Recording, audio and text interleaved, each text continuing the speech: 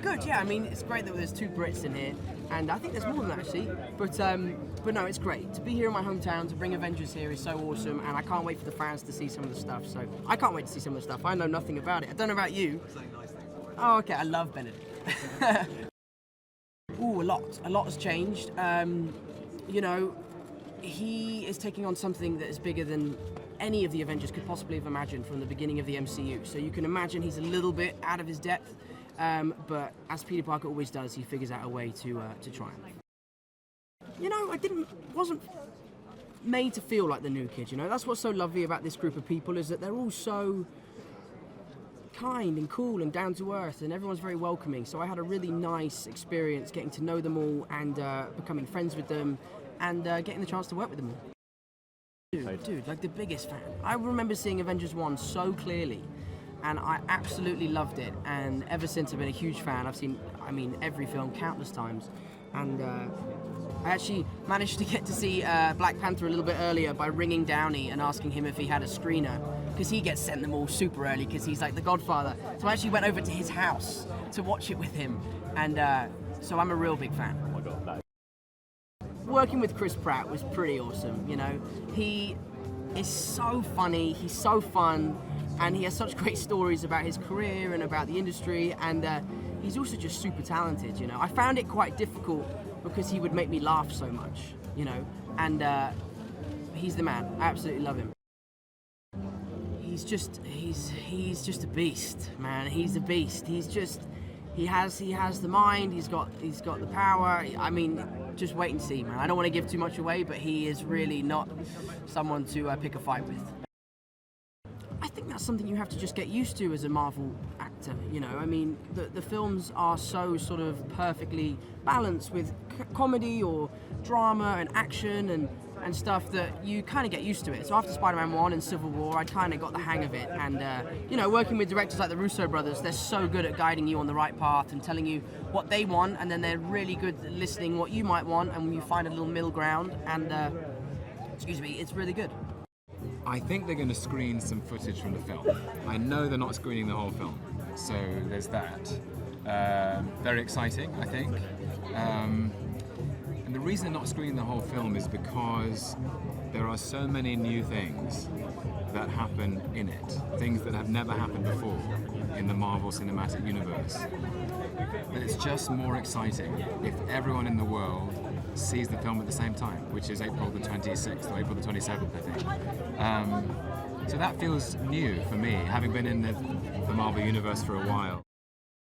I think that what I love about Loki is that I've been lucky enough to step into an archetype, and he's the trickster. Every mythology, you know, since human beings began telling stories, has had a trickster whose job it is to create chaos and disrupt the convention. And in a way, my great good fortune is that Loki's always having a good time. And so it's my job to turn up on set and have a good time. It's amazing. I mean, I love working with new actors all the time. I love working with actors I've already worked with, like Chris Hemsworth and Robert Downey Jr. and Mark Ruffalo. But to work with new people, to see the Guardians on set, to see Josh Brolin, who was having the time of his life playing Thanos, it's really exciting. And then the new generation, I think with everybody else, saw Black Panther only a couple of weeks ago, and that whole cast is dazzling. And I was talking to Letitia Wright earlier today, who feels like the new kid on the block, and you know, it's her territory now.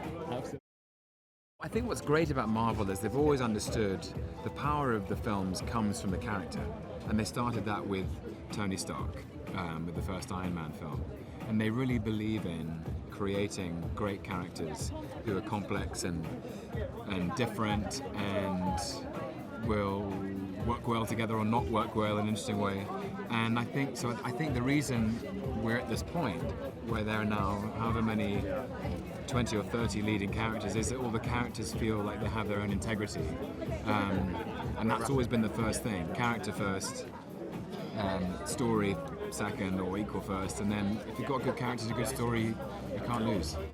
Well, for me it feels great because I my first Marvel movie was in the UK. It was we did this at Shepperton, yeah. So it's great. Love the rain. No, it's exciting. I'm happy we get to share some of the footage with the fans, because that's what matters. I have no idea. I haven't seen any of it, so expect the unexpected, I guess. It's been exciting, unpredictable. It's been certainly meaningful and very nostalgic as well.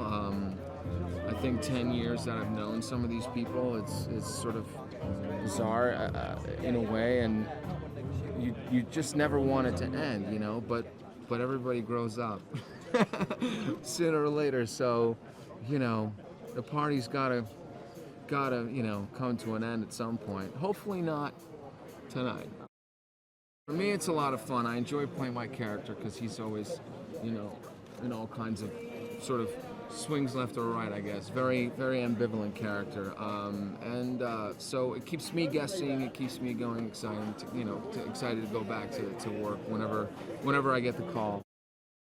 Well, I look forward to finding that out myself. Not very unlike Bucky himself in this film. I have been told very little other than the fact that, he is the greatest threat to mankind. I think that there's a psychopath sort of, kind of lack of empathy, lack of remorse, lack of humanity in this particular villain that I think makes him, not to mention with all the other physical sort of attributes that he has, makes him be a real threat, I guess. But we'll see.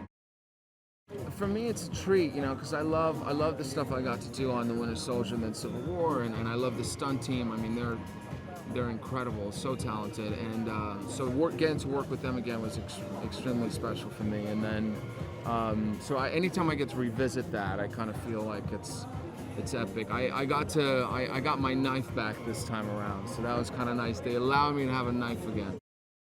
No, well, they've been around doing their own thing. I think more than anything, it's about sort of seeing how everybody kind of wraps into one. How does everyone get along? I think there's the question of tone, and that's what I would be most scared and most look forward to seeing, is how the Russos were able to merge all the tones of these films into this one movie.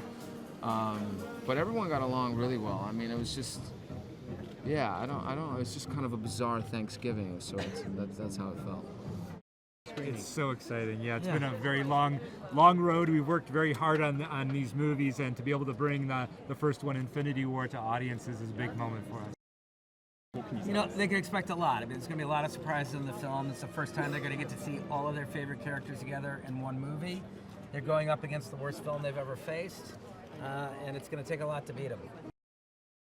Well, he wants something that's in direct conflict to what they want, meaning he wants to destroy half the universe to try and bring balance to it. And heroes are about protecting life, so somebody's going to win and somebody's going to lose. Oh man, look, it is complicated dealing with this sort of number of, the movie is so large, we had a huge cast, but that's the creative upside for Joe and I as well. We got to work with that number of characters, this number of talented actors, so it's sort of like the upside is the downside at the same time. I think it's really important because, when you love something as a child, it has a strong emotional impact on you, and that sticks with you for the rest of your life. We're very passionate about these characters. We're passionate about these stories. We understand them. We understand the mythology behind them, and we want to tell the best story that we can. I mean, that's always the approach with us, is to balance. And you want to make sure that there's humor in there when there's heartbreak. You want to make sure that there's intensity and heroism, and that and that the whole thing works together in concert with each other. That nothing ever really overshadows the storytelling or the characters. In a lot of ways it does. Everybody trusts each other. Everybody really understands how they work.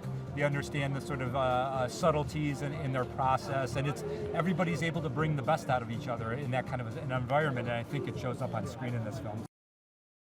I mean, it's hard, but everybody involved knows that the story sort of drives everything. So it's really about what's the best story that we can tell, and then how do we all serve that.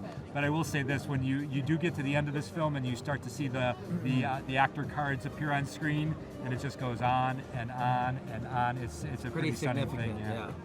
It's weird, it's surreal. I mean, I know this building from old, but it's a new lease of life that's getting tonight, I suppose. It's going to be really exciting. I mean, I've seen a little bit of the clip that they're going to show, but this is such a fan-driven enterprise and franchise, you could call it. That's a terrible one. But I think they're going to be in for such a ride on this, with so many cliffhangers and questions unanswered and unanswered, and it's a great pull into a massive sort of history-ending chapter of this enterprise. So it's really exciting. It's so frustrating not to be able to sort of say there's this and there's that and the other, but I mean, expectations are really high, and I hope we meet them. But certainly, as a page-turning reader for the first time, I couldn't believe what they were getting away with plotting. It's very exciting. Daunting, really daunting. Yeah, of course, and not just because of their prowess in the film industry, but also these characters have been on arcs now for 10 years, so it is a little bit nerve-wracking. It's a bit, you feel it's not small fish in a big pond. They're very welcoming. It's just how to fit in with your character and facilitate that, as well as hold on to the integrity of what you've done. In my case, one standalone film. So, they made it easy though. I had a great time doing it. I think a little bit. There's some stuff we might have to retro-engineer if he makes another appearance in a standalone film. But he does some crazy cool stuff, and also I think he plays less the sort of petulant adolescent. He's more the grown-up in the room, as far as the two goateed egos that meet, as we know from the clip that's shown tonight. Him and Stark share some screen time, which is obviously it's fun. It's great to have those two in the room. Like the Russos said, they really wanted to see that. Kevin wanted to see that. Frankie said, I wanted to act with Robert Downey Jr. Who would? He is heaven. He really is. He's a great guy, and he's a shining example of how to be a good leading man. And he's just very inclusive and facilitates you having a good time. Make sure you've been taken care of in Georgia, Atlanta. It's just the whole thing. He's very cool. Oh, massively, I think. You can't take yourself too seriously, and neither should this material. It's high-end tentpole entertainment, but it should be a great deal of fun. But there are emotional tones in this, and there are some, like there always are with Marvel and any pop culture. There's a sort of footprint of whatever political, social zeitgeist is around, and these characters came into being on the page through the drawers and the scripters, who were writing during the First World War, second rather, and the Cold War, and then the occult in my case with Doctor Strange, where Eastern philosophy started bleeding over into Western culture. So these things are always impressed upon by those things, but we keep it light. And I think that's what Marvel does brilliantly. It's balancing the kind of profane with the profound. I mean, it's grossed $14.7 billion. So that says it all. They're the ones stumping up the money for the tickets. So it's incredibly important, and yet I think what they've done brilliantly is both manage expectations for the comic book nerds and experts, as well as the film buffs, and also confound those expectations at times. Kevin, Dan, Victoria, obviously, and Louis D'Esposito as well. But I don't think it would be possible to do fans justice without Kevin. He's extraordinarily embroiled in the whole world, and God knows. I mean, he verbally explains it, but the kind of post-it note version of the mass storyboard of this is like a pinnacle of. It's a work of genius that he's managed to construct all this for 10 years. People have had families, people have had life-changing things, and yet, here we are, and he's still inventing it, still bettering with every film, and those brothers are something else. To watch them work together that's pretty cool. It's a community now, and it's like a family now, and it's a job that I'm always grateful for, and I'm always looking forward to getting to be a part of in film. Well, you're going to see 30 minutes of it. I haven't seen those 30 minutes, so I'm in the same page as everyone. I'm like on everyone's level. I'm excited to see whatever it is that they're presenting. Well, these movies are made by fans for fans. We're not trying to get 5 stars. We're trying to make fans happy. And so I think as long as that's the goal, with so much heart and so much care, then I think we're doing hopefully the right thing. Oh, it's brilliant. It's like the turnaround is so much, it's so big, so just trying to just take it all in. So it's kind of surreal. I'm still trying to digest it all. This huge It was cool. It was cool. I felt like, you know, and Spider-Man took his first bite of that spider, you know, and put on this mask and a superhero costume. I felt like on top of the world. So I'm just really grateful to be a part of it. I think my highlights were working with Mark Ruffalo. Like, I love him. Like, he's just fun and cool, and he was just always like helping me out and giving me advice. So all love to Mark Ruffalo.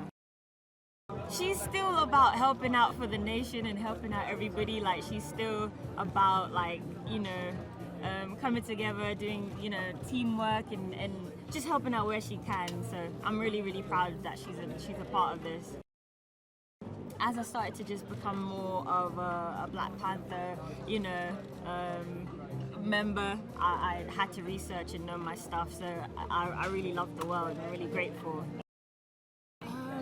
The fact that, you know, Marvel keeps delivering every single year, and they keep finding amazing ways to bring these very high A-listers together, and bringing stories that we want to see and making it, you know, relatable. So Black Panther was, you know, did so well because everybody could kind of like just understand the story and connect, and then this one as well, we're bringing all of that together and having fun. So hey man, it's Marvel, they do it well, so I'm proud to be a part of it. Well, frankly, I'm excited to see it myself. I haven't seen it, so yeah, I'm really thrilled. It seems like it's been a long time coming, and I think everybody's, you know, kind of crazy excited about it. So I mean, that's fun to be a part of, and I really I can't wait to see it myself tonight. Vision's, you know, trying to figure out what it is to be human, and he's kind of falling in love. Yeah.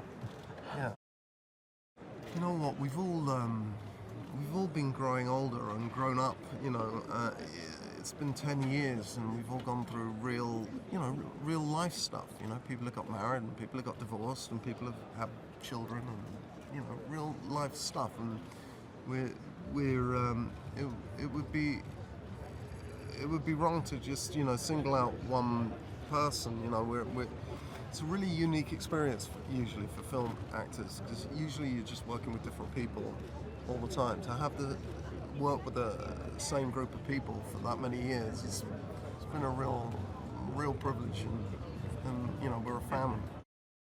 Everybody was very welcoming. Yeah.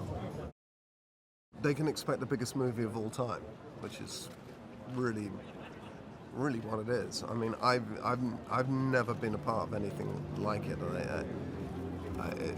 Most film sets feel the same, no matter how big the budget is or small the budget is. They kind of feel the same. And this one, you were aware of how massive it was the whole time. They are movies that are made by fans. Kevin Feige, when I first came, Kevin Feige, who's, you know, runs the show. When I first came on set to do makeup tests for Vision, he kind of cried. You know, he's a real fan. It's the whole reason that the movies get made, the whole reason that movies do well, and I think they feel like they're in safe hands with Kevin and the team and the Russos. Please welcome Paul Bettany!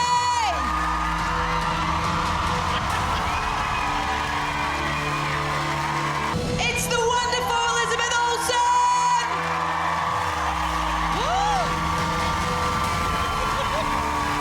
Give a huge welcome to Sebastian!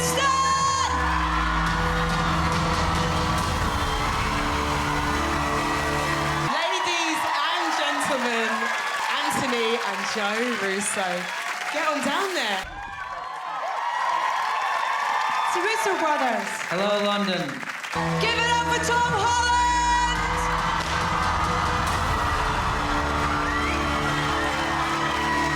Please welcome Letitia Wright. Go crazy for Tom Hiddleston. Please give a huge welcome to Benedict Cumberbatch.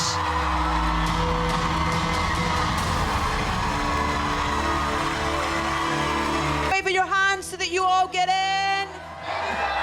Are you ready? 3, 2, 1. Avengers! Okay, that is nearly it. There we go. You ready, guys? In character. 3, 2, 1.